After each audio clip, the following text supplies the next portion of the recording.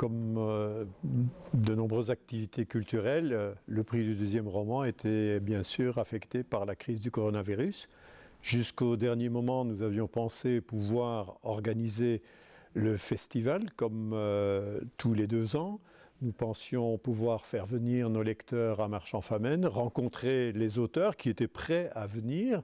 Tout était bien en place, mais malheureusement, évidemment, du fait des nouvelles mesures qui ont été imposées par le gouvernement fédéral la semaine dernière, ce n'était plus possible d'organiser cet événement. On avait déjà différé la proclamation du lauréat, puisque théoriquement ça devait se faire au mois de mai de cette année. On avait reporté l'événement au mois d'octobre. Maintenant, on ne peut pas encore une fois de plus différer. Donc nous avons décidé de procéder à l'élection du lauréat. De quelle manière ? Puisqu'on ne peut pas le faire en présence des lecteurs à Marchand-Famenne, on a décidé de le faire par voie électronique. Voilà. On va donc élire le lauréat, les lecteurs vont élire le lauréat en votant sur Internet. C'est extrêmement simple, on a tout de suite accès au vote. On dépose son nom, bien entendu, parce que nous devons contrôler que les personnes qui votent figurent bien sur nos listes électorales. Et il suffit alors de désigner le roman pour lequel on souhaite exprimer son suffrage. La proclamation du lauréat se fera samedi. On pourra voir apparaître, je l'espère, le candidat lui-même par Skype sur TV Lux. Et le lauréat, évidemment, sera invité à Marchand-Famenne lorsque les circonstances le permettront. D'ailleurs, je signale également que le Pen Club Belgique recevra aussi notre lauréat, puisque le Pen Club est devenu un partenaire de notre animation. Voilà, il nous reste peut-être maintenant encore à redécouvrir nos 5 romans, et ils vont vous être présentés par des lecteurs enthousiastes.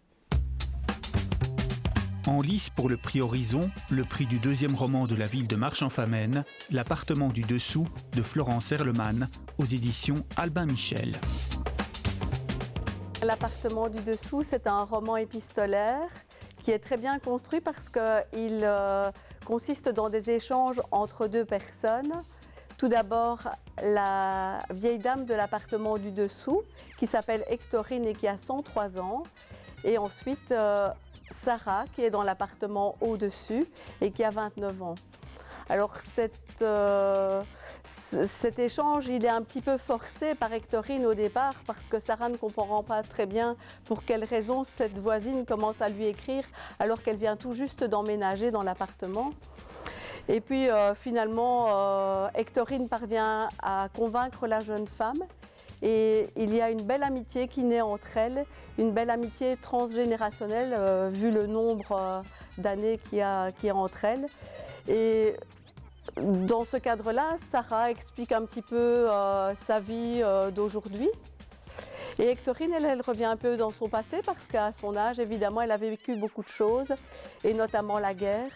Et donc ça donne lieu à de très beaux échanges. Ce qui m'a plu, c'est qu'il y a de très très belles émotions qui passent.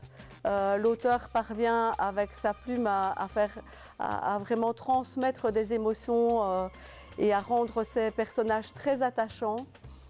Et si bien que voilà, quand on tourne la dernière page, on a un petit pincement au cœur de quitter ces 2 personnes auxquelles on s'est très fort attaché. Ce qui est important pour moi dans le prix du 2e roman, c'est que je pense que peut-être il y a beaucoup de gens qui ont en eux la possibilité d'écrire un premier roman, et il y a quand même de plus en plus de gens qui le font. Mais le prix du 2e roman, c'est vraiment un prix qui va consacrer un talent d'écrivain, un talent de quelqu'un qui va pouvoir continuer à écrire et à peut-être vivre de sa plume un jour. on n'a pas toujours l'occasion de rencontrer les auteurs.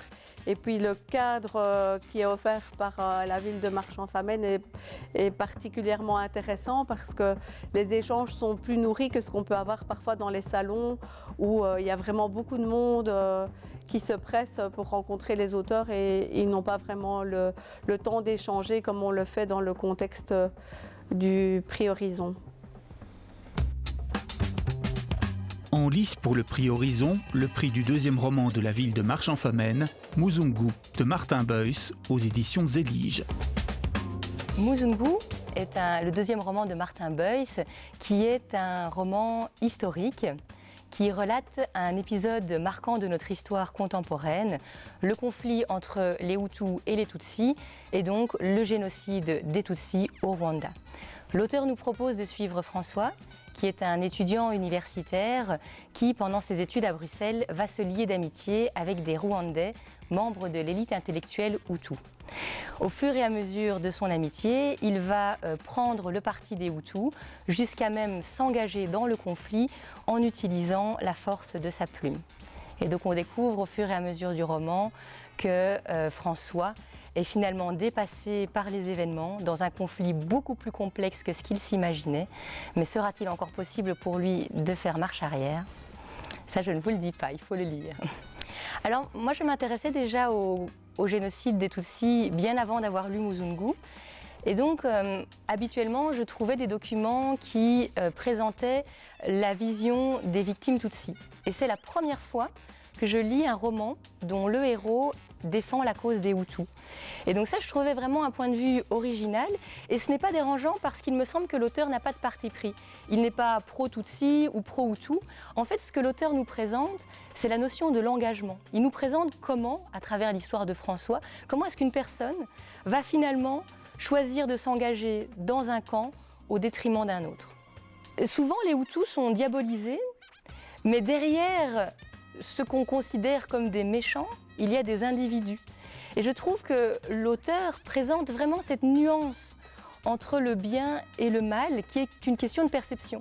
Et donc c'est amusant de voir à quel point des gens peuvent être persuadés de faire du bien, mais en fait, ils attisent la haine. Alors notre petit club de lecture à Vaux-sur-Sûre se réunit une fois par mois. Et le prix Horizon, le prix du deuxième roman, c'est vraiment une motivation pour nous pour pouvoir échanger sur des lectures communes. Et alors ces moments de partage sont vraiment très riches et je suis toujours étonnée de découvrir que mes amis du club ont une perception très différente sur des mêmes lectures. Alors moi je tiens vraiment à remercier ce prix qui est pour nous une motivation pour pouvoir échanger sur notre belle passion qu'est la lecture. En lice pour le prix Horizon, le prix du deuxième roman de la ville de Marchand-Famenne, Quand Dieu boxait en amateur, de Guy Bollet, aux éditions Grasset. Quand Dieu boxait en amateur, donc un titre qui pose beaucoup de questions. Et donc finalement, donc au début du roman, assez triste, le père du narrateur décède. Et le narrateur donc, va se souvenir avec tendresse de ce père. Donc les souvenirs d'une amitié avec Pierrot, donc René, donc, qui vit en Franche-Comté, à Besançon, une ville dans un quartier populaire. Et donc là, il y a une histoire d'amitié avec Pierrot qui va devenir prêtre. Ce René en question, le père du narrateur, a vécu donc cette enfance et cette adolescence dans un quartier populaire, orphelin. Et puis alors c'est aussi la rencontre entre le fils qui, au moment de la mort de son père, va progressivement rencontrer à nouveau son père. Parce que donc, quand il était adolescent, il avait tendance à le dénigrer, à le considérer même un peu comme un raté.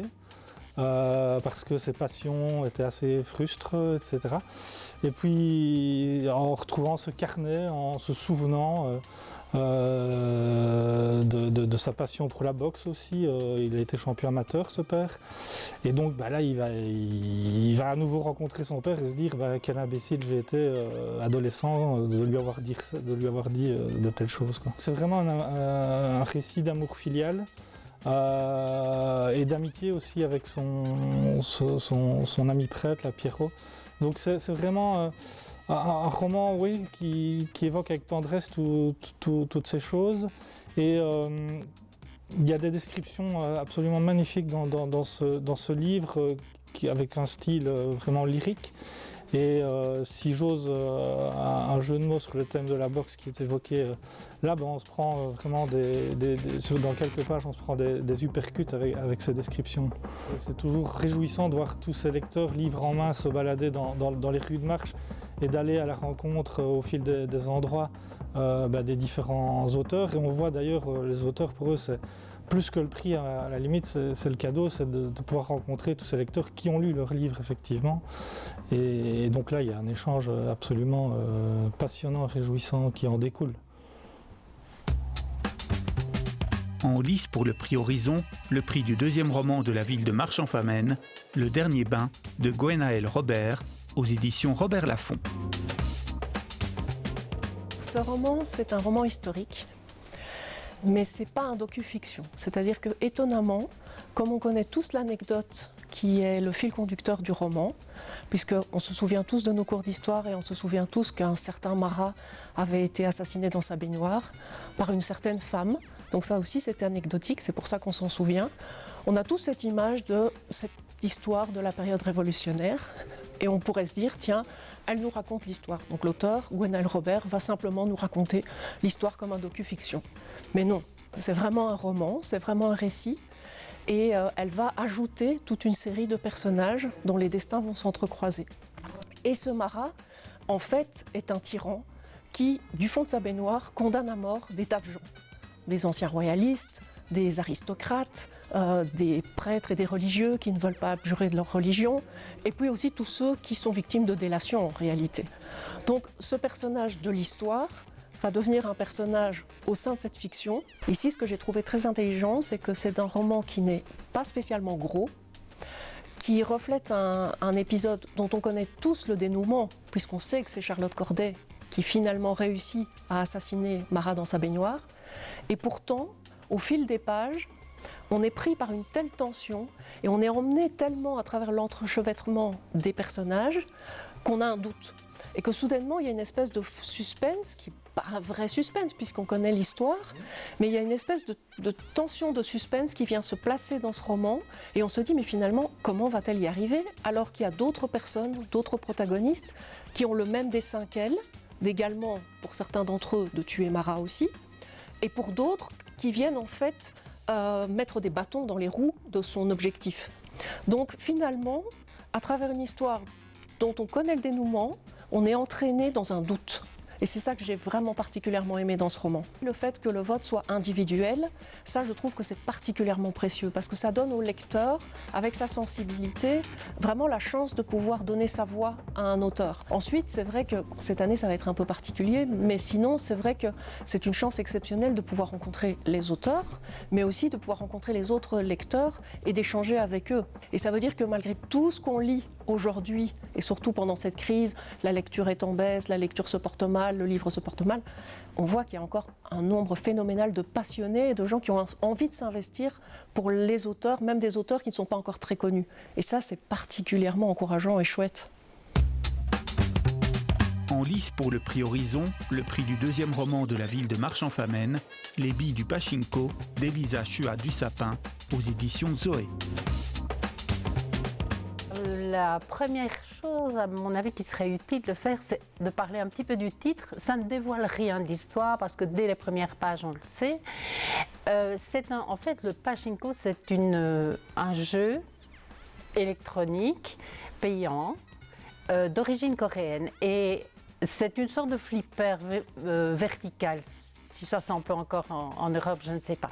Et moi, j'ai vu là-dedans une image un petit peu de l'histoire, c'est-à-dire qu'on lance des balles, il y a un seul geste, on lance des milliers de billes et elles suivent leur itinéraire. Elles rencontrent des obstacles et tout, et finalement, elles vont dans la case gagnant ou perdant. Pour l'histoire elle-même, donc la narratrice qui s'appelle Claire est en visite en été chez ses grands-parents. C'est à Tokyo. Mais ses grands-parents ne sont pas japonais, ils sont coréens. Leur fille unique, donc des grands-parents, s'est mariée en Suisse et a fait sa famille là-bas. Et donc Claire est francophone. Elle dit même qu'elle a oublié le coréen qu'elle a parlé sans doute enfant, très petite. Le projet de Claire, c'est d'emmener ses grands-parents dans une sorte de pèlerinage en Corée. Et elle est là pour préparer ça. Alors, accessoirement, elle donne des cours de français à une petite japonaise. Et c'est une enfant très solitaire et très formatée par le système japonais. Et ça nous fait entrer un peu dans cette ville de Tokyo qui est, semble-t-il, très dure à vivre, quoi. Je ne suis jamais allée au Japon, mais je connais quand même quelques pays d'Asie. Cette ville de Tokyo, ça m'a semblé intéressant, quoi. Intéressant, mais très mélancolique, hein, très, très dur, hein. Et l'héroïne, elle se balade là-dedans, elle est un peu perdue, étrangère partout, quoi. L'avantage d'un prix comme celui-ci, ça nous amène à lire des choses qu'on n'aurait jamais rencontrées autrement, quoi. Parce qu'on est tous quand même un petit peu dans une filière, on connaît des auteurs, on écoute les médias, certains médias, etc. Et donc ici, on n'a pas le choix. Et sauf extraordinaire, on tombe dans l'inconnu. Moi, je ne connaissais aucun de ces auteurs et voilà, c'est intéressant.